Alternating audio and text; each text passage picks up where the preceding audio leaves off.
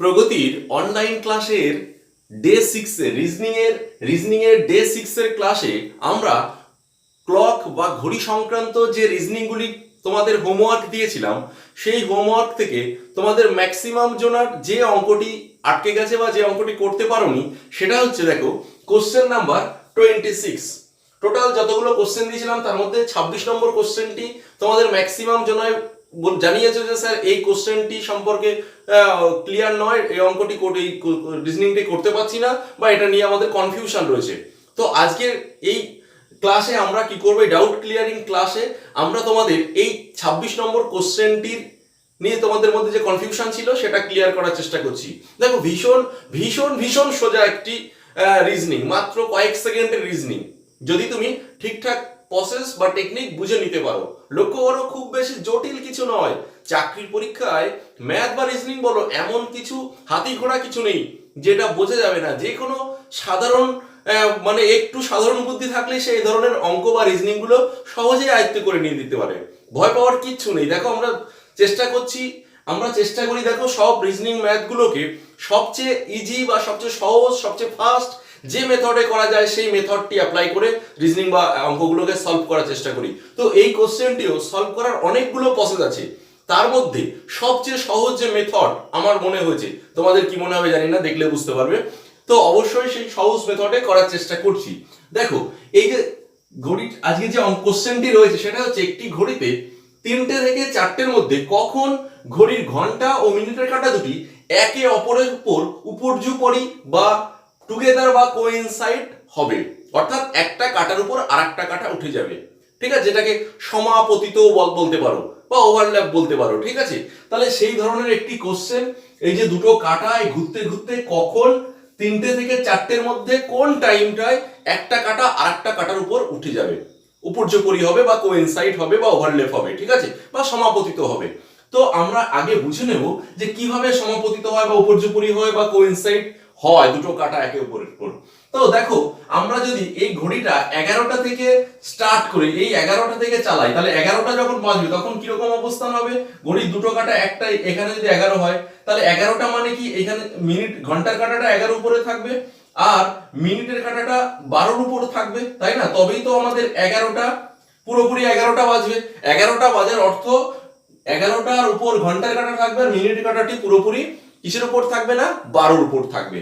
এইবার দেখো এইখান থেকে যদি চলতে শুরু করে, তাহলে চলতে শুরু করলে আমরা জানি যে দুটো কাঁটা কিন্তু একই স্পিডে চলে না। মিনিটের কাঁটা ভীষণ ফাস্ট চলে আর তার পিছন পিছন ঘড়ির ঘন্টার কাঁটাটি আস্তে আস্তে চলতে থাকে। অর্থাৎ আমরা এই গতিবেগের হিসাবে মিনিটের কাঁটা আর ঘন্টার কাঁটা, আওয়ার হ্যান্ড, এদেরকে গতিবেগের অনুপাত আমরা জানি 12:1। এটা আমরা সবাই জানি। ঘড়ির মিনিটের কাঁটা আর ঘন্টার কাঁটার গতিবেগের অনুপাত 12:1। এ যখন 60 ঘর যায় ও তখন মাত্র মিনিটের ঘরে 5 মিনিটের ঘর যায়, তার মানে 60:12 মানে 12:1। এটা নিয়ে কারোর কনফিউশন নেই। ঠিক আছে, তাহলে এই নিয়মটাকে কাজে লাগিয়ে আজকে আমরা কোশ্চেনটা সলভ করব। কোশ্চেনটা বললাম করতে লাগবে 4-5 মিনিট, 4-5 সেকেন্ড, কিন্তু বোঝাতে হবে তো, ব্যাপারটা বুঝতে হবে, আগে বুঝতে একটু সময় লাগবে। দেখো তাহলে এই যে দুটো কাঁটা আমরা হিসাব করেছি, মিনিট হ্যান্ড, আওয়ার হ্যান্ড, এদের গতিবেগের অনুপাত এত, এবং এইটাকে আমরা যদি এরকম বলি যে এই মিনিটের কাঁটাটাকে আমরা মনে করলাম বাঘ, মিনিটের কাঁটাটাকে চিতাবাঘ মনে করলাম যে খুব স্পিডে চলে, আর ঘন্টার কাঁটাটা কি বলবো, বাঘ মনে করো হরিণকে ধরতে চলেছে, তাহলে হরিণের স্পিডও ভালো কিন্তু তুলনামূলকভাবে বাঘের থেকে তো কম, স্লো যায়। তাহলে সেক্ষেত্রে সেই জন্য হরিণকে বাঘ ধরতে পারে দৌড়িয়ে। ঠিক আছে, তাহলে আমরা কি করলাম, এই ঘন্টার কাঁটাটাকে আমরা কি করলাম, এটাকে আমরা হরিণ বললাম, হরিণ, আর এইটাকে কি বললাম, বাঘ। ঠিক আছে, জাস্ট ধরে নিলাম বাঘের স্পিড বেশি। তাহলে মনে করো যদি চলতে শুরু করে, এবার 11টার পর থেকে এবার ঘড়িটাকে স্টার্ট করে দেওয়া হলো, চলতে শুরু করলে কি ঘটনা ঘটবে? চলতে শুরু করলে দেখো আগে এই মিনিটের কাঁটাটা স্পিডে ঘুরে আসতে থাকবে। ততক্ষণ হরিণ ওই বাঘের ভয়ে এবার হরিণও কিন্তু পালাতে শুরু করেছে, কিন্তু হরিণের গতিবেগ কম, একটু স্লো যাচ্ছে, আর এ পিছন থেকে আগিয়ে আসছে, তাই না? তাহলে আগিয়ে আস্তে আস্তে আস্তে একে কিন্তু এক সময় কিন্তু নিশ্চয়ই ধরে ফেলবে, কিন্তু কখন ধরবে? ধরে ফেলা মানে একটাকে আরেকটা ছুঁয়ে ফেলা মানে একটার উপর একটা উঠে পড়া, তাহলে কি হবে, যেটাকে আমরা উপর্যুপরি বলেছি। তাহলে এটা এই ঘটনা ঘটতে গেলে তুমি একটু বাস্তব ঘড়িটাকে নিয়ে কল্পনা করবে, দেখবে এখান থেকে যখনই 11টা থেকে 12টার দিকে ছুটবে তখন কি হবে, এই মিনিট রেখাটার পিছন থেকে পুরো এরকম ঘুরে আসলে যখন ঠিক 12 পরে মিনিট রেখাটা আবার আসবে, অর্থাৎ পুরোপুরি 1 ঘন্টা হয়ে যাবে বা 60 মিনিট ঘুরে আসবে, ঠিক তখনই কিন্তু এই ঘন্টার কাঁটার মিনিটের কাঁটাটা এক জায়গায় আসবে। অর্থাৎ 11টা থেকে 12টার মধ্যে কখন, 11টা থেকে 12টা পর্যন্ত এই সময়ের মধ্যে কখন দুটো কাঁটা একে অপরের উপর উপর্যুপরি হবে, ঠিক 12টার সময়।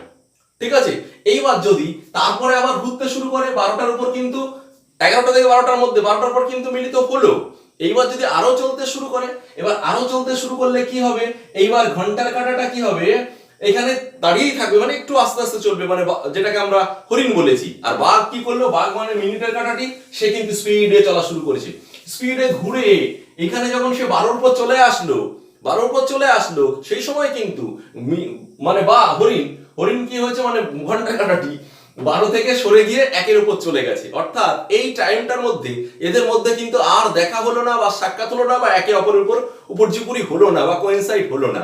তার মানে কি, এই 12টা থেকে 1টার মধ্যে কিন্তু কোথায় এদের মধ্যে দেখা হয় না। তার মানে আমরা কি পেলাম, এই 11টা থেকে টোটাল 1টার মধ্যে একবারই কিন্তু উপর্যুপরি হলো এই 12টার উপর। ঠিক আছে, সে 12টা থেকে 1টা বলো আর 11টা থেকে 12টা বলো, এই টোটাল 11টা থেকে 1টার মধ্যে কিন্তু একবারই উপর্যুপরি হয়। এইবার নেক্সট চিন্তা করো, 1টা বেজে গেছে মানে অবস্থানটা কি, 1-এর উপর হচ্ছে ঘন্টার কাঁটা আর 12-র উপর মিনিটের কাঁটা। এইবার যদি চলতে শুরু করে, এবার কিন্তু ঘন্টার কাঁটাটি আগে আছে, মিনিটের থেকে আগিয়ে আছে, তার মানে হরিণ সামনে আছে আর বাঘ পিছনে আছে। এইবার কি করলো, যদি চালু করে দেওয়া হয়, হরিণ ছুটতে শুরু করলো, মানে মিনিটের কাঁটা ছুটতে শুরু করলো, তাহলে কিছুক্ষণ পরেই তো গিয়ে এই বাঘ মানে হরিণকে সে ধরে ফেলবে, তাই না, এ তো আস্তে আস্তে যাচ্ছে। তাহলে এই 1-এর পরে কিন্তু কিছুটা সময় পার হওয়ার পরে এই জায়গায় এসে কিন্তু একটা কাঁটার উপর উঠে পড়বে বা উপর্যুপরি হবে, অর্থাৎ 1টা থেকে 2টোর মধ্যে কিন্তু একবার উপর্যুপরি হবে। এই একইভাবে যদি তুমি ভালো করে চিন্তা করো, দেখবে এই প্রতি ঘন্টায় একবার করে উপর্যুপরি হবে, 1টা থেকে 2টোর মধ্যে একবার, 2টো থেকে 3টে, 3টে থেকে 4টে, প্রতি ঘন্টায় একবার করে কিন্তু, প্রতি 1 ঘন্টার মধ্যে কিন্তু একবার করে এই বাঘ হরিণকে খাবে। অর্থাৎ মিনিটের কাঁটাটি হরিণের কাঁটা, ঘন্টার কাঁটাকে ধরে ফেলবে, উপর্যুপরি হবে। তাহলে টোটাল আমরা দেখলাম এই ঘটনা 12 ঘন্টার মধ্যে কবার হবে, 11 বার হবে, কারণ এই 11টা থেকে 12টার মধ্যে মাত্র 2 ঘন্টায় একবার হয়েছে। তাহলে টোটাল 12 ঘন্টায় উপর্যুপরি হয় কতবার, 11 বার। এই যেহেতু 11টা থেকে 1টার মধ্যে একবার উপর্যুপরি হয়। ঠিক আছে, তাহলে উপর্যুপরির হিসাব বুঝে গেছো। এইবার আমরা এই উপর্যুপরি 3টে থেকে 4টের মধ্যে, 4টে থেকে 5টার মধ্যে এই যে একবার করে হয়, কোন টাইমটায় হয় সেই টাইমটা আমরা বের করব, এই অঙ্কটাও সলভ করব। ঠিক আছে, এবার সেই অঙ্কটা সলভ করার টেকনিকটা শিখে নিই। এবার দেখো, উপর্যুপরি হওয়ার হিসাব তো বুঝলাম যে 12 ঘন্টায় ঘড়ির ঘন্টার কাঁটা আর মিনিটের কাঁটা 11 বার উপর্যুপরি হয়। এবার চাকরির পরীক্ষায় অনেক সময় জানতে চাওয়া হয় একদিনে ঘড়ির ঘন্টার কাঁটা আর মিনিটের কাঁটা কতবার উপর্যুপরি হবে। তাহলে 12 ঘন্টায় যদি 11 বার হয়, তাহলে নেক্সট 12 ঘন্টায় আবার 11 বার, তাহলে 24 ঘন্টা বা একদিনে মোট 22 বার উপর্যুপরি হবে। ক্লিয়ার হলো? তাহলে একদিনে যখন জানতে চাইবে তখন কিন্তু 22 বার উপর্যুপরি হবে, এটা অ্যান্সার হবে। এইবার আমরা কি বলেছি যে তাহলে এই উপর্যুপরি হওয়ার তো ব্যাপারটা বুঝে গেছি, এবার কোশ্চেনটা যেটা চাইছে সেটা সলভ করব।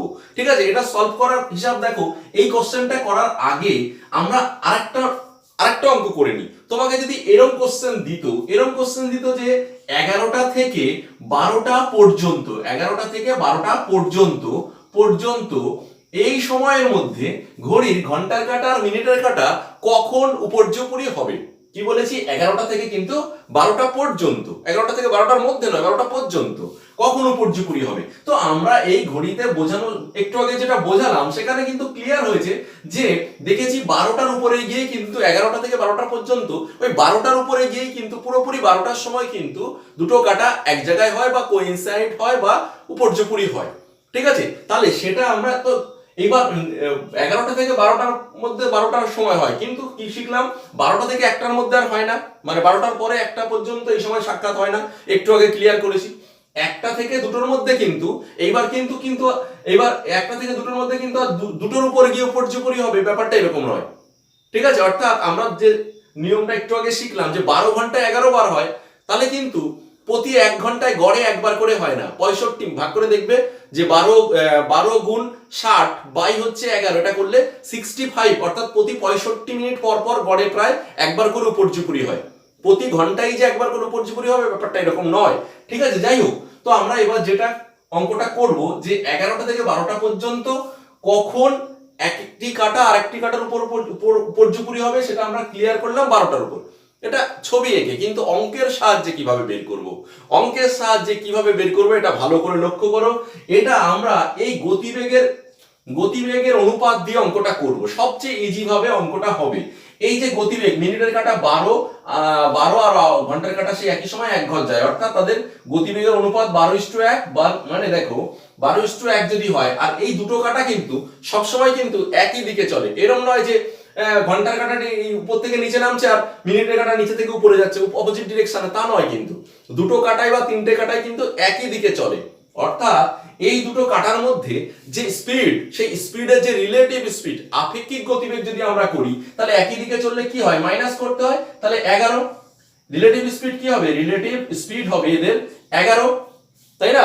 11 সে মিনিট ঘর হোক বা যাই বলো, গতিবেগের রিলেটিভ স্পিড বা আপেক্ষিক গতিবেগ কত হবে, 11। তাহলে এই গতিবেগে দেখো 11টা থেকে 12টার মধ্যে কখন, 11টা থেকে 12টা পর্যন্ত কখন তারা একসঙ্গে মিলিত হবে। তো এটা করার জন্য দেখো 11টা যখন বাজে তখন কি অবস্থান হয়, ঘন্টার কাঁটাটি থাকে 11-র উপর পুরোপুরি, আর মিনিটের কাঁটাটি থাকে পুরোপুরি 12-র উপর, তাই তো।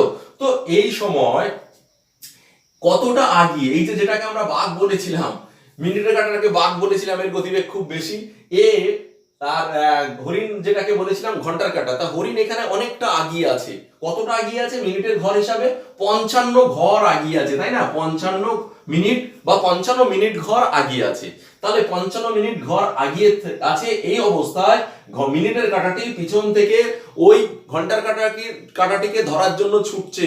মানে কি, এই বাঘ হরিণকে ধরার জন্য ছুটছে পিছন থেকে, ওকে খাবে, মানে এক জায়গায় হবে। তাহলে আমাকে এই রিলেটিভ স্পিড যে 11 পেলাম তাদের মধ্যে, এই 11 রিলেটিভ স্পিড বা আপেক্ষিক গতিবেগ নিয়ে আমাকে কত মিনিট ঘর কভার করতে হবে, এবং সেই মিনিট ঘর কভার করতে কত সময় লাগবে। এই 55 মিনিট ঘর, কারণ এই দেখো 55 মিনিট ঘর আগিয়ে আছে হরিণ 55 মিনিট ঘর আগিয়ে আছে। তাহলে এই 55 মিনিট ঘর ধরতে বাঘের সময় লাগবে 55/11, কারণ এদের মধ্যে রিলেটিভ স্পিড 11। তাহলে 55/11 মানে কত, 5 মিনিট ঘর, 5 মিনিট ঘর। তার মানে এই 55, এই যে মিনিটের কাঁটাটি যে 11-র উপরে ছিল, মানে 55 মিনিট ঘর আগিয়ে ছিল। তারপরে ওকে ধরার জন্য যখন হরিণ পিছন, এই বাঘ পিছন থেকে ছুটলো, সেই অবস্থায় কিন্তু 5 মিনিট ঘর এগিয়ে গিয়ে তারপর ধরবে, অর্থাৎ পুরোপুরি 55 প্লাস 5, অর্থাৎ 60 মিনিট ঘর। 60 মিনিট ঘর যখন হবে, এই 11টার পর থেকে 60 মিনিট ঘর, তার মানে কত, পুরোপুরি 12টা। তাহলে আশা করছি বুঝতে পেরেছো যে 11টা থেকে 12টা পর্যন্ত কোন সময়ে ঘন্টার কাঁটাটি আর মিনিটের কাঁটাটি উপর্যুপরি হবে বা কোইনসাইড হবে, পুরোপুরি 11টা বেজে 60 মিনিট হয়ে, বা এটাকে 11টা 60 মিনিট মানে কি, পুরোপুরি 12টা। ঠিক আছে। তাহলে আমরা এই উপর্যুপরি হিসাব কি পেলাম, যে ঘন্টার কাঁটাটি যত ঘরের উপরে থাকবে, ঘন্টার কাঁটাটি যত ঘরের উপরে থাকবে, এখানে 11 ঘরের উপর ছিল, তার মানে 5 দিয়ে গুণ করবো, 5 11 55। তারপরে গিয়ে কোনো একটা সময় মিলিত হবে, 55 মিনিটের আগে কিন্তু আর মিলিত হবে না, 55-র পরে 56 57 58 এরকম কোনো এক সময় মিলিত হবে। তা সেই টাইমটা বের করার জন্য কি করব, এই ঘন্টার কাঁটাটি যার উপরে থাকবে তাকে কি করব, সর্বদা আমরা এই রিলেটিভ স্পিড যে 11 দিয়ে ভাগ করলে যে মিনিটটা পাবো, সেই মিনিটটা কি করব, ঘন্টার কাঁটাটি যত ঘরের উপরে ছিল সেটাকে 5 দিয়ে গুণ করে যত মিনিট হয়েছিল তার সঙ্গে এই মিনিটটা অ্যাড করে দেব। ঠিক আছে। তাহলে এখানে আমার উত্তরটা হবে 11টা বেজে 55 প্লাস 5, অর্থাৎ 11টা বেজে 60 মিনিট, বা পুরোপুরি 12টার সময় একে অপরের উপর উপর্যুপরি হবে। ঠিক আছে। তাহলে একটা কোশ্চেন সলভ করলাম, এই নিয়মকে কাজে লাগিয়ে আমরা এই কোশ্চেনগুলো সলভ করব, দেখতে থাকো। এবার দেখো, এতক্ষণের আলোচনা থেকে আমরা বাঘ হরিণের গল্প খুব ইজিলি বুঝে গেছি। এই ঘন্টার কাঁটা আর মিনিটের কাঁটা, যেটাকে আমরা বাঘ হরিণের গল্প বলে এতক্ষণ জানলাম, সেই বাঘ হরিণের মানে গতিবেগের অনুপাত কত, মানে ঘন্টার কাঁটা মিনিটের কাঁটার গতিবেগের অনুপাত কত, সেগুলো আমরা শিখলাম। কি শিখলাম না, মিনিটের কাঁটা আর ঘন্টার কাঁটা মানে মিনিটের কাঁটা আর ঘন্টার কাঁটার গতিবেগের অনুপাত কত? 12:1। মিনিটের কাঁটাটাকে আমরা স্পিড বেশি বলে একে কি বলেছিলাম? টাইগার বা বাঘ বলেছিলাম। আর ঘন্টার কাঁটা এর গতিবেগ কম, মানে তুলনামূলকভাবে কম, তাই এটাকে আমরা হরিণ বা ডিয়ার বলেছিলাম। তাহলে এদের গতিবেগের অনুপাত কত? 12:1।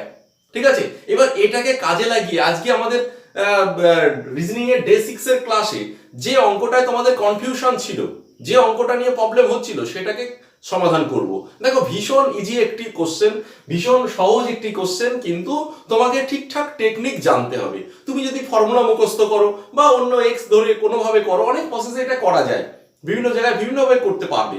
কিন্তু আমরা যখন করাই, চেষ্টা করি আমাদের মতো করে তোমাদেরকে খুব ইজিলি কিভাবে বোঝানো যায়, কিভাবে কোশ্চেনটিকে খুব ফাস্ট সলভ করা যায়, সেই সবচেয়ে ফাস্ট সহজভাবে সমাধান করার প্রসেসটাকেই আমরা তোমাদেরকে শেখানোর চেষ্টা করি। আশা করছি তোমরা যারা আমাদের অনলাইন ক্লাস করছো, তারা এতদিনে বুঝেছো না ঠিক এখানে সবচেয়ে সত্যি স্যার যেটা বলছেন যে সবচেয়ে সহজভাবে করায়, সেই সহজভাবেই করিয়ে থাকি। এটা নিশ্চয়ই তোমরা এতদিনে বুঝে গেছো। ঠিক আছে, তো দেখো এবার আমরা এই কোশ্চেনটি সেই সহজ মেথডের সাহায্যে সমাধান করব। দেখো, বাঘ আর হরিণ তো একই দিকে ছুটছে, বাঘ ও হরিণ একই দিকে ছুটছে, তাহলে এদের রিলেটিভ স্পিড কি হবে? এদের রিলেটিভ স্পিড মাইনাস করতে হবে, একই দিকে ছুটলে কি হয়? মাইনাস হয়। তাহলে রিলেটিভ স্পিড কি হবে? রিলেটিভ স্পিড ইকুয়াল টু, এখানে 12 থেকে 1 বাদ দাও, কত হবে? 11। মানে মিনিটের কাঁটা আর ঘন্টার কাঁটা যেহেতু একই দিকে ছুটছে, তাহলে তাদের রিলেটিভ স্পিড মাইনাস করে হবে 11। আমরা 10 এর অঙ্ক যখন করব সেখানে দেখবো রিলেটিভ স্পিড কেন মাইনাস হয়, কিভাবে হয়।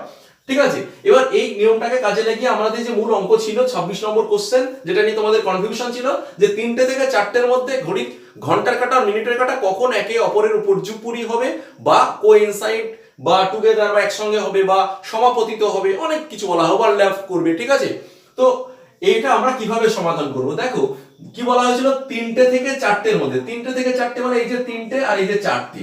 3টে থেকে 4টে মানে 3টের আগে একসঙ্গে হওয়া সম্ভব নয়, 4টের পরেও নয়, কারণ 3টে থেকে 4টে তোমার লিমিট টাইমটা বেঁধে দিয়েছে। তাহলে 3টে থেকে 4টের মধ্যে কখন একত্রিত হবে সেটা আমাকে বের করতে হবে। তাহলে 3টে বাজতে হলে, দেখো 3টে যখন পুরোপুরি 3টে বাজে, তখন ঘন্টার কাঁটার, যেটাকে আমরা হরিণ বলেছিলাম, সে কিন্তু 3-এর উপর দাঁড়িয়ে আছে, মানে 3 × 5 = 15 মিনিটের উপর। আর মিনিটের কাঁটা, যেটাকে আমরা বাঘ বলেছিলাম, সে পুরোপুরি 12-র উপর অবস্থান করবে, এটা পুরোপুরি 3টের সময়। এইবার বাঘ কি করবে? তাহলে বাঘ হরিণের থেকে বাঘ 15 ঘর পিছিয়ে আছে, বা বাঘের থেকে হরিণ কি আছে না 15 ঘর আগিয়ে আছে। তাহলে বাঘ যদি হরিণকে ধরতে চায়, তাহলে এই 15 ঘর যে গ্যাপ আছে তাদের মধ্যে, এই 15 ঘর গ্যাপকে কভার করতে হবে। তাহলে এই 15 ঘর গ্যাপ কভার করতে, 15 মিনিট ঘর গ্যাপ কভার করতে কত সময় লাগবে? যত সময় লাগবে, এই 15 মিনিটের পরে তত সময় গিয়ে একে অপরকে ধরে ফেলবে, বা একটা কাঁটা আর একটা কাঁটার উপর পর্যুপুরি হবে। তাহলে 15-র পরেও কিছু প্লাস কিছু টাইম লাগবে। 15 কোথা থেকে পাচ্ছি? যে 3 মানে কি 5, 1 ঘর মানে হচ্ছে 5 মিনিট, 2 ঘর মানে 10 মিনিট, 3 ঘর মানে 15 মিনিট, মানে 3 × 5, তার মানে 15 মিনিট, তাই না? তাহলে বাঘ অলরেডি 15 মিনিট ঘর, হরিণ অলরেডি 15 মিনিট ঘর আগিয়ে আছে। তাহলে এর পরে কিছু সময় পরে গিয়ে বাঘ হরিণকে ধরবে। তার মানে এই রিলেটিভ স্পিড নিয়ে, এই রিলেটিভ স্পিড নিয়ে এই 15 মিনিট ঘর কভার করতে কত সময় লাগবে, সেটাই আমার এখন নির্ণয়ের বিষয়। মূল বিষয়টা হচ্ছে এই 15কে কভার করতে 11 রিলেটিভ স্পিড নিয়ে কত সময় লাগবে।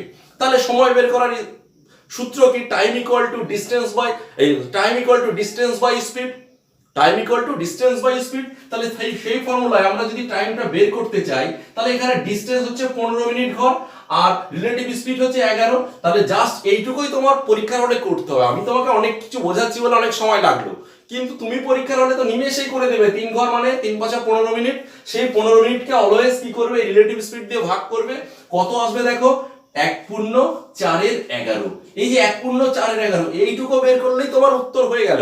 এবার তুমি অপশনসের দিকে তাকাবে যে কোন অপশনসটার পাশে এই 4/11 এই মানটা আছে, তাহলে সেটাই টিক দিয়ে দিলে, মানে 2 সেকেন্ডে হয়ে গেল অঙ্ক। আর যদি স্যার সবগুলো অপশনের পিছনেই যে একটা অপশনসের পিছনে পরীক্ষার হলে 4/11 আসবে, ব্যাপারটা এরকম নয়। সবগুলো অপশনসের পাশেই 4/11 থাকতে পারে। তখন আমরা কিভাবে নিমেষে করব? তখন আমরা কি দেখবো? যে এই 3 × 5 = 15 মিনিট, তার সঙ্গে তো 1 মিনিট বাড়বে, 15 আর 1 = 16, 16 × 4=11। খুব বেশি সময় লাগবে না। তাহলে কত সময় পরে তাদের মধ্যে তারা একে অপরকে ধরে ফেলবে বা ঘন্টার কাটা মিনিটের কাটা উপর্যুপুরি হবে, সেটা বের করার জন্য আমরা কি করব, ওই যে 15 মিনিট 15 মিনিট প্লাস এই 1/4 1/11 তার মানে টোটাল কত হলো 16/4 ঠিক আছে। এটা কখন না 3টে তো আগে বেজেই ছিল, 3টের পরে গিয়ে এইখানে যে টাইমটা সেই টাইমটা কিন্তু এই 16/4 তাহলে 3টে বেজে অ্যান্সারটা কি হবে এটা 3টে বেজে 16/4 এটা হবে কোশ্চেনটি সঠিক উত্তর, যে 3টে থেকে 4টের মধ্যে কখন ঘন্টায় কাটা মিনিটের কাটা একে অপরের উপর্যুপুরি হবে। তাহলে অ্যান্সারটা কি, অ্যান্সারটা হবে 3টে বেজে 16/4 এটা হচ্ছে অ্যান্সার এই কোশ্চেনটির জন্য। ঠিক আছে, এটা হচ্ছে সঠিক অ্যান্সার। আশা করছি বুঝতে পেরেছো, কারণ বাঘ হরিণের গল্প দিয়ে প্রায় 20 মিনিট ধরে তোমাদের এই একটা অঙ্ক বোঝালাম। তো আশা করছি নিশ্চয়ই তোমাদের কনসেপ্ট ক্লিয়ার হয়ে গেছে। ঠিক আছে, যেমন তোমাকে যদি এবার বলতো যে 6টা থেকে 7টার মধ্যে কখন বা কোন টাইমে একে অপরের উপর উপর্যুপরি হবে এই ঘন্টার কাটা মিনিটের কাটা, দেখো 6টা থেকে 7টার মধ্যে, তাহলে আমরা কি করতাম 5 ছক 30 প্লাস 5 ছক 30 প্লাস এই 30/11, এই জাস্ট এই 30/11 মানে কি 11 দুগুণ 22, তার মানে 2×8=11 2×8=11। ঠিক আছে, এই 2×8=11 জাস্ট এইটুকু আমরা শুধু করব।